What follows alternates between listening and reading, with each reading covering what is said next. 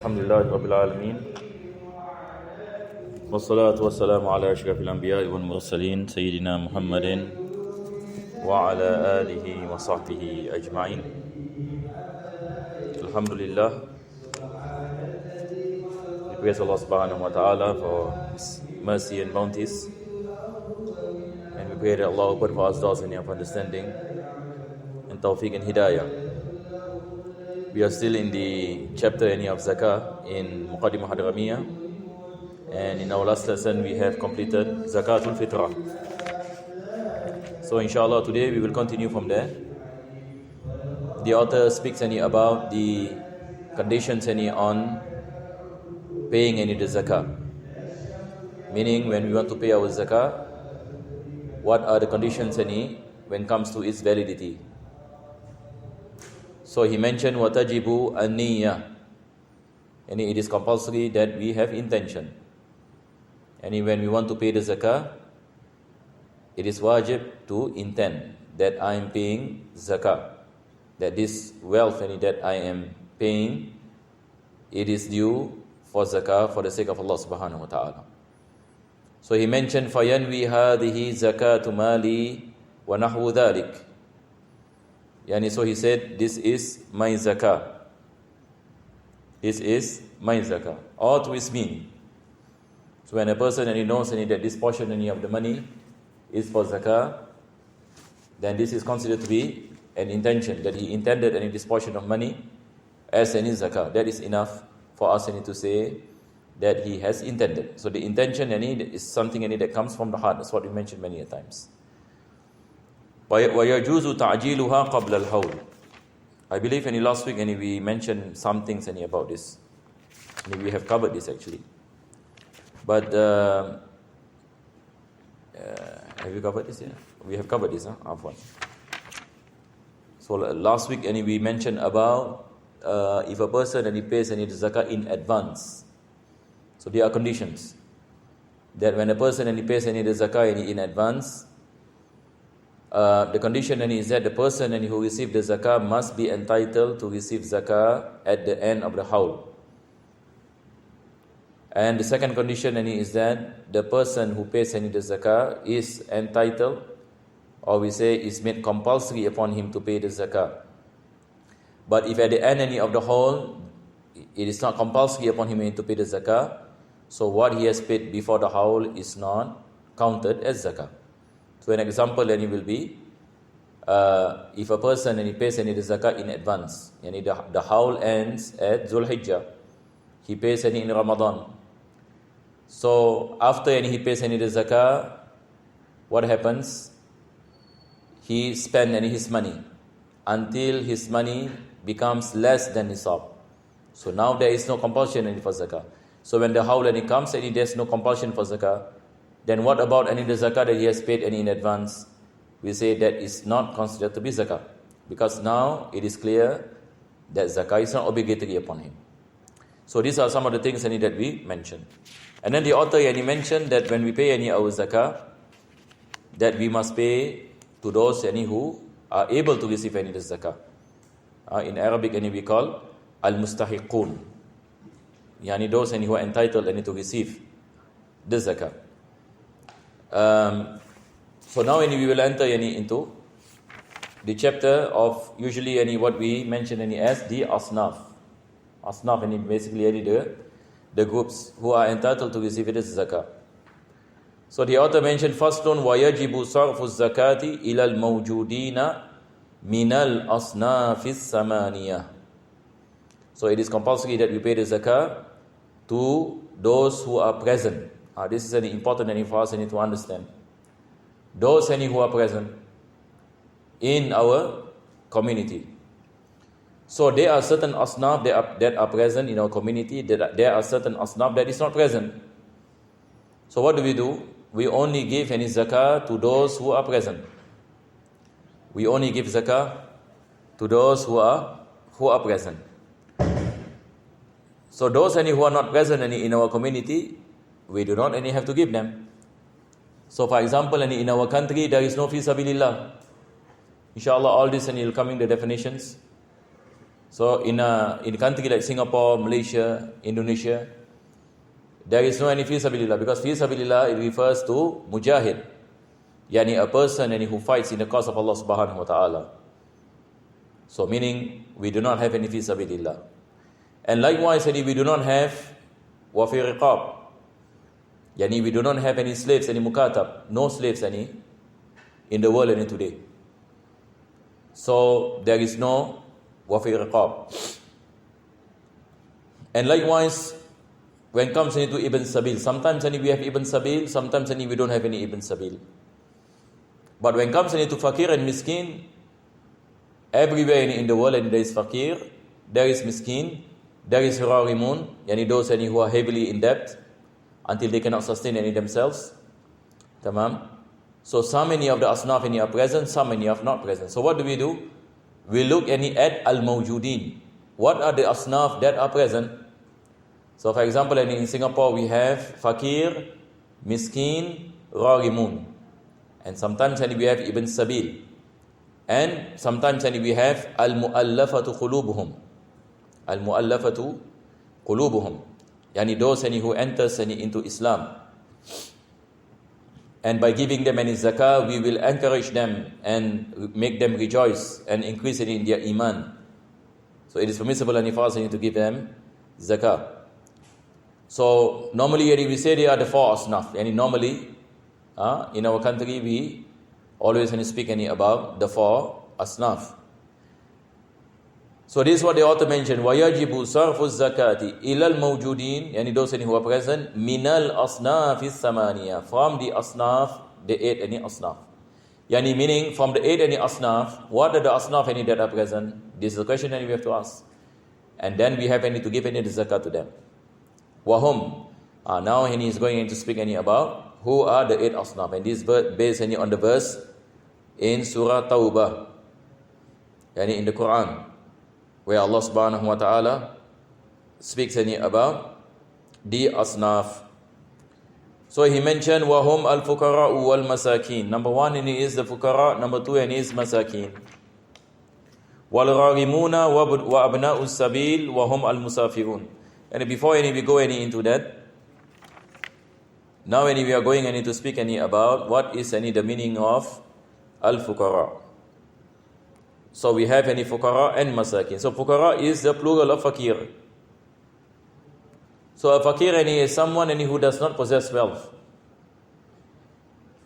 A fakir is someone who does not possess wealth. Or he possesses any wealth, but the wealth that he possesses is not sufficient, that it is less than half of his needs. And if, for example, he needs $1,000 and he has only 300, so it is half than what he needs. So we say he is a fakir. But miskin is someone who does not possess enough wealth. So if he needs 1,000 a month, he has, for example, 600. He gets 600. So it is above half, but it does not meet the requirements, the needs. So we say this is miskin. So there is a difference between fakir and miskin. Fakir is poorer than miskin. So either we say fakir has no wealth at all, zero, no wealth, or he has some wealth but it does not meet his needs or half of his needs.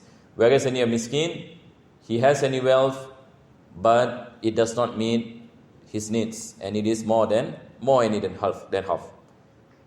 So we have fakir and we have miskin. So these are the first two from the asnaf. Then the author mentioned wal gharimun. Al gharimun is basically someone who is in debt. And there are a few types of people who are in debt. Some people, for example, they are in debt because they want to prevent something bad to happen. For example, if there is something that is going to happen that will cause war. So what he did was he gave money to both parties to stop fighting. But he take a loan for that amount of money. So we ask him, why you borrow any money? I borrow money, I need to pay this party so that they don't fight. In this any situation, we can give him any from the zakah. We can give him any from any the zakah. So this is a situation where a person is permissible for him to receive any zakah even though he's rich. So this is one example. A person who borrows any money to stop any fitna or to stop any fighting. So it is permissible for him to get money from the zakah. The second thing is, a person who borrows any money to free a prisoner, for example. A person who borrows any money to free a prisoner, or to help any others. So in this situation, it is permissible for him to be given any money from the zakah. Number 3, a person who is in debt, he wants to pay his bills.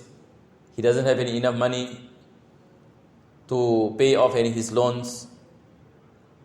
So in this situation, if he has not enough money to pay his loans, and the loans are overwhelming to such an extent that the money that he has, much of it is used to pay the loan, and he does not have enough for himself or for his family. So in this situation, it is permissible for him to receive any from the zakah. So these are some situations of al-gharimun, those who are in debt or overwhelmed by debt. We can give them from the zakah. So this is number 3. And then we have Abna'us Sabil. So here the author mention who are the Abna'us Sabil. Abna is plural of ibn. Wahum al-musafirun. Abna'us Sabil are the travelers. They are musafir. Awil muriduna safar al-mubah. They are travelers safar al-mubah. Safar al-mubah meaning safar where there is no ma'siyah. Al-muhtajun. And they have a need to ask for help. An example will be a person who is traveling and he lost his money. He comes to Singapore, for example, he lost his money. And he cannot return back to his country. He comes to you and asks for help. And you know that this is real. That this particular person he has no money to go back. So we can give him money from the zakah to help him to return back to his homeland. So if a person happens to have a one-way ticket and he doesn't have a return ticket, and he lost everything, so we can use zakah money to pay this person, so that he can return back to his homeland. So we call it Ibn Sabil. Tayyib. And then he mentioned Awil muriduna safar al-mubah wal muhtajun wal amiluna alayha. The next asnaf is al-amil. Al-amil is a person who works in the office of zakah, and his job is to give up the zakah. And this particular person is chosen by the ministry and by the government. So he is a person who is appointed, and his job is to collect zakah. His job is to collect zakah. So in this particular situation, if the salary is paid, from the Baitul Mal, then it is not permissible for us to pay him from the money of the zakah. So when does an amil receive money from the zakah. So money from the zakah, it is a form of payment or wage for him. If he doesn't get any salary from other sources. So if his job is to collect the zakah, we can use the money collected from the zakah to pay his salary. Naam. So an example of al-amil is a person who works in the office as an accountant. For example, office collecting zakah. For example, you have this office, where inside this office you have a person who does the accounting, who manages the accounts. This is considered to be the amil. And likewise the person who gives out the zakah. So we have the person who collects zakah, and also you have the person who gives out the zakah to the respective asnaf. They are also considered to be an amil. And then you have a department where they look into who are the people who are eligible to collect the zakah. Because normally people will come and say, I'm fakir, I'm miskin, I'm ragimun.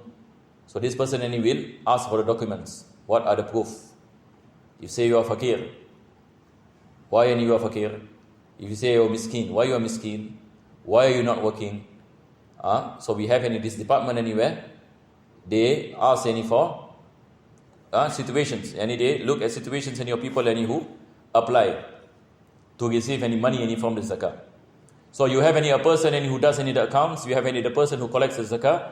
You have the person who give out the zakah. And then you have a person who does any research to look into situations, whether this person Fulan bin Fulan can receive zakah, or whether this is any from the Rahimun, or this is any from Fakir, or this is any the Miskin, and what is any the percentage this year that we are giving to the Fakir, what is the percentage we are giving to the Miskin, and then if you happen to have Ibn Sabil, and then we have to give any to the Ibn Sabil.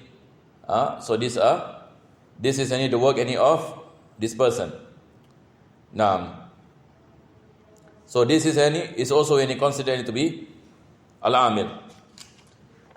So he is paid from any money from the zakah. So how much he paid? For example, his salary 1 month $2,000 or $2,500, for example. So he is paid from the money of the zakah, because this is specifically in the zakah department. Then the author mentioned, wal mu'allafatu qulubuhum. This is any part of the asnaf is mentioned also in the Quran. Wa hum du'afa'un niyyati fil Islam. Someone enters into Islam and da'ifun niyyah. He enters into Islam, but his intention is not strong. So what do we do? We give him from the zakah so that he becomes strong again. You see, normally converts when they enter into Islam, sometimes they enter and then they have a lot of fear, for example, or they are in a state anywhere they got no money, or their family disown them. Some converts, for example, they enter into Islam, the family disown them, so they have this fear. They do not have much money, and they just entered into the fold of Islam. So in this situation, we can give them zakah. So we give them zakah so that their intention becomes strong again. So this is the meaning of al-mu'allafatu qulubuhum. So there are a few types. Number one, the author mentioned du'afa'un niyyah. Du'afa'un niyyah. This is what we mentioned. And their intention in Islam is their intention is weak. Tayyib. And then we have wa sharifun fi qawmihi. This is another type mu'allafatu qulubuhum. Wa sharifun fi qawmihi yutawaqqa bi'i'ta'ihi islamu nuzara'ihi. Okay, this is important. The author speaks about Sharif. Sharifun fi qawm. What is the meaning in Sharifun fil qawm? The example is what? For example, you have a clan. You have a clan. The leader of the clan enter Islam. The leader of the clan enter Islam. For example, like Chinese. Chinese have clans, correct? No? They have something like the Tan family or the Wong family. And then normally they will have a leader. Likewise, Arabs also like that. Arabs, for example, you have a qabila. So this is from, let's say, family of Bagharib. So sometimes they will have what they call it as Munsib. Munsib is the leader of the clan. For example, we have the Munsib al-Habshi, Munsib of al-Haddad. So in the Arab culture, they have this. In Malaysia, they also have Malay. We call it the Penghulu Kampung. Penghulu Kampung. In a district, there is this leader. So this is the meaning of Sharif. So if this Sharif enter into Islam, he enter into Islam. The leader of the clan enter into Islam. So the author mentioned وَشَرِيفٌ فِي قَوْمِهِ يُتَوَقَّعُ بِإِعْطَائِهِ إِسْلَامُ نُذَرَائِهِ.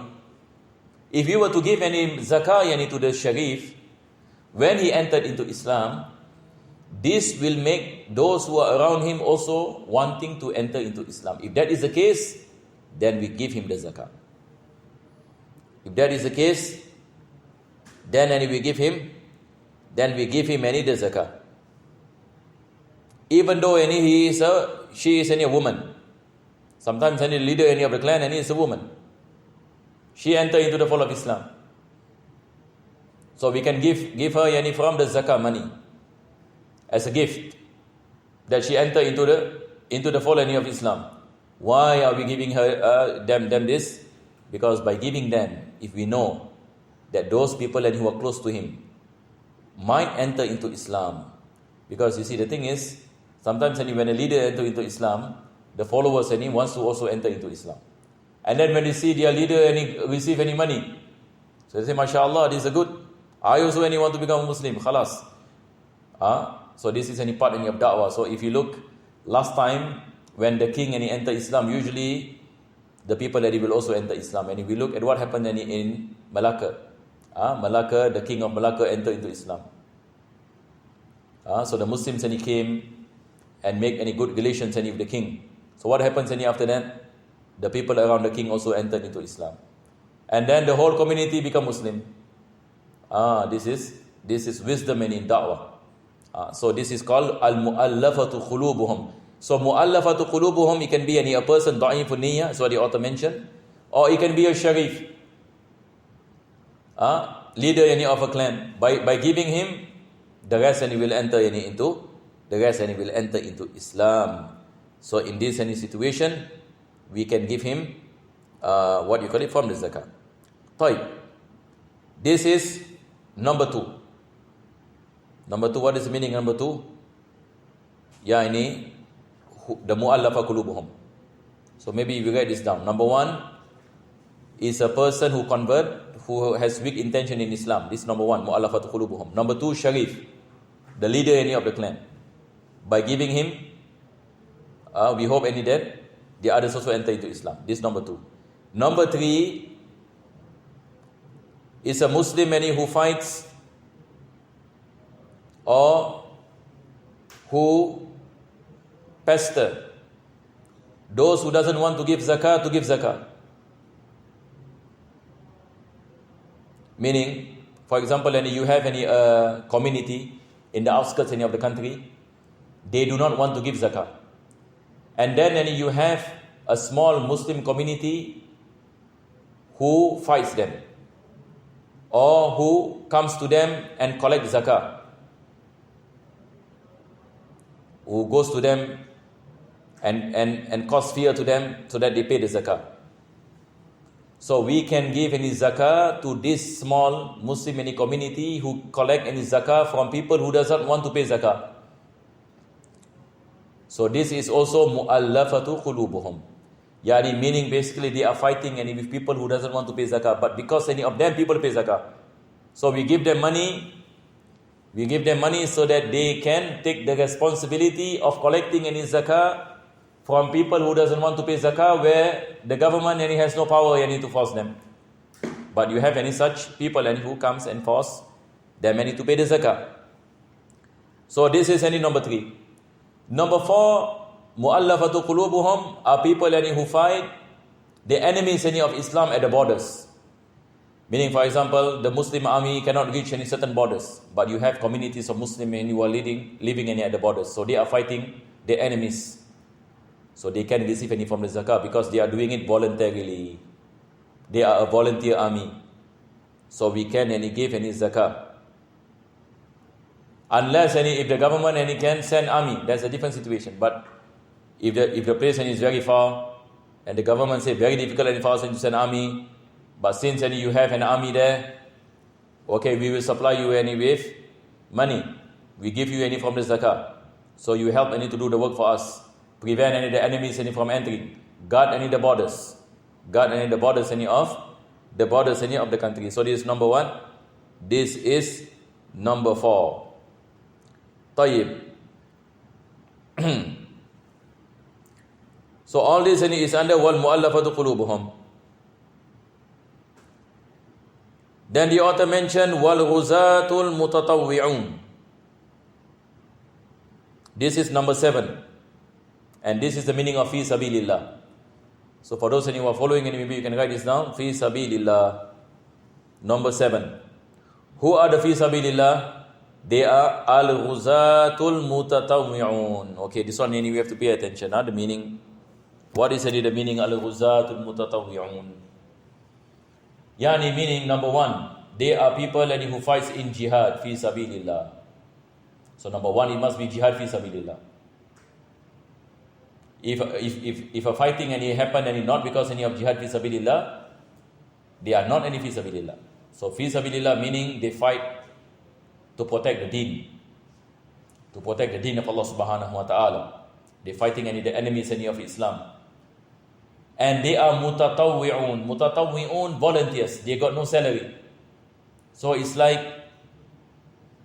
volunteer fighters. Who goes into the battlefield voluntarily. What is the meaning voluntarily? So maybe I'll give an example. You see, in every country there is an army. So army usually they are paid by the salary that comes from the government. So the government then will pay them a monthly salary. This is army. But here we are speaking about volunteers. They got no salary. There is a jihad and they say, I want to volunteer.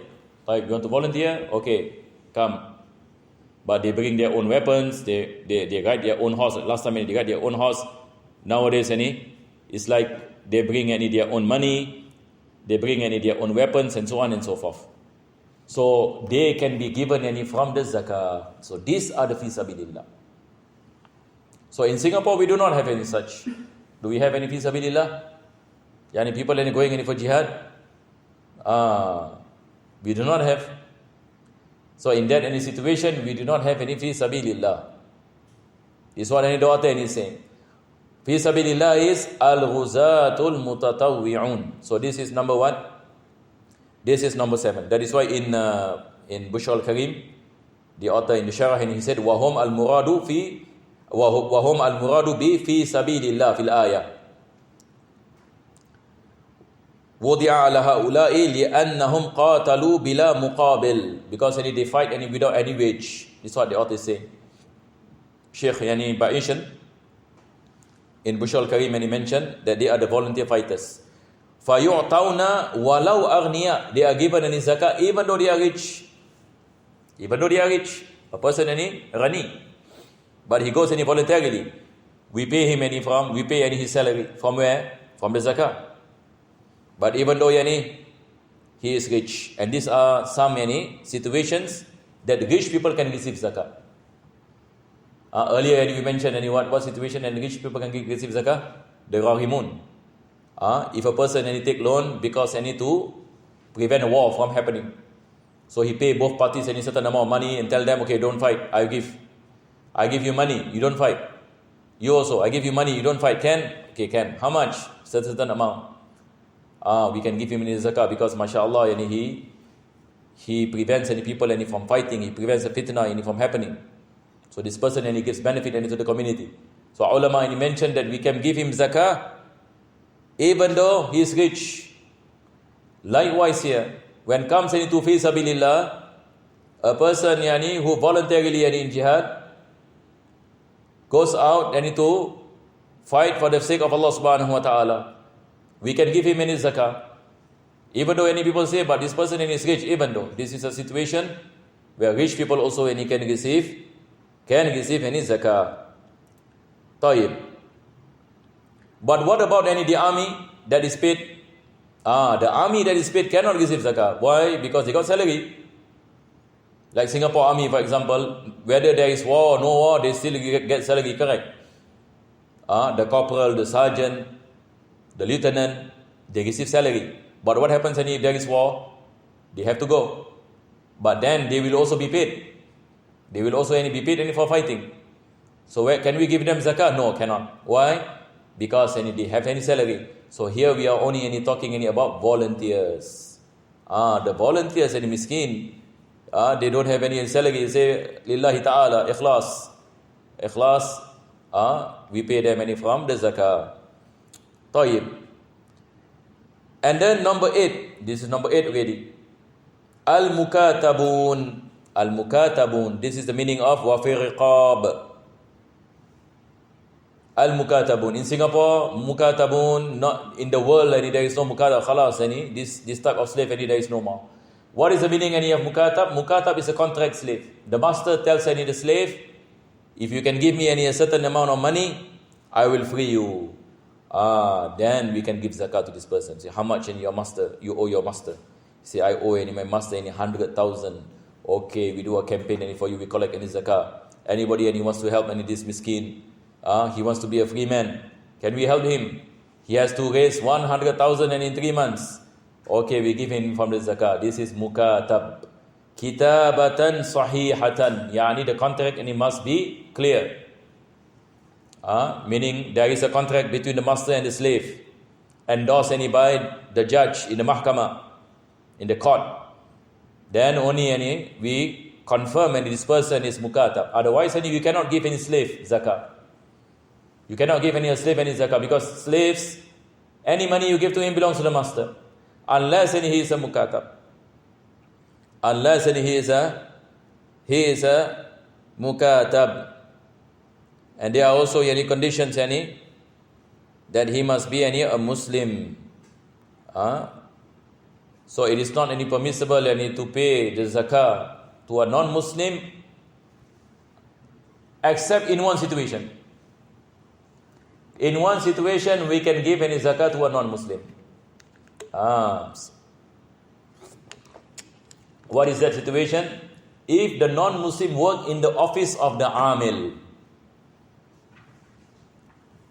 If the non-Muslim works in the office of the amil, for example, he is good in administration, non-Muslim, the Muslim office takes him, okay, come, you work and you take care of our accounts, or you take care of our database of the people who are eligible to receive any zakah, non-Muslim. So now we have to pay him salary. Can we pay him salary from the zakah? Yes. If he has no salary, then we take any zakah money from the zakah that we collect, and we pay the salary. This is the only exception where a non-Muslim can receive a zakah payment. There are also others who cannot receive any zakah. So non-Muslims generally they cannot receive zakah. And likewise Hashimi and Muttalibi, if they are from the family of the Prophet sallallahu alaihi wasallam. Because there is a hadith in Sahih Muslim, inna hadhihi sadaqat innama hiya awsakhun nas wa innaha la tahillu li Muhammadin wa la li ali Muhammad. The Prophet sallallahu alaihi wasallam mentioned this in zakah. It is awsakh, the dirty things from people. Wa innaha la tahillu li Muhammad. It is not halal for Muhammad sallallahu alaihi wasallam. wala li ali Muhammad, and also the family of the Prophet sallallahu alaihi wasallam. But of course, our scholars they differ when it comes to the situation that we are living today, because now the family of the Prophet sallallahu alaihi wasallam, they don't receive any khumus. So if they are in a dire state, some of our scholars give fatwa that it is permissible to give them from the zakah. So alhamdulillah, we have completed the chapter of Asnaf. So inshallah, in our next lesson, we will continue from here. Hopefully before Ramadan, we can complete the chapter of zakah. Alhamdulillah Rabbil Alameen. Allahumma salli wa sallim ala Sayyidina Muhammadin wa ala ali Sayyidina Muhammad. Rabbana atina fid dunya hasanah wa fil akhirati hasanah wa qina adhabin nar. Sallallahu ala Sayyidina Muhammadin wa ala alihi wa sahbihi. Alhamdulillah Rabbil Alameen.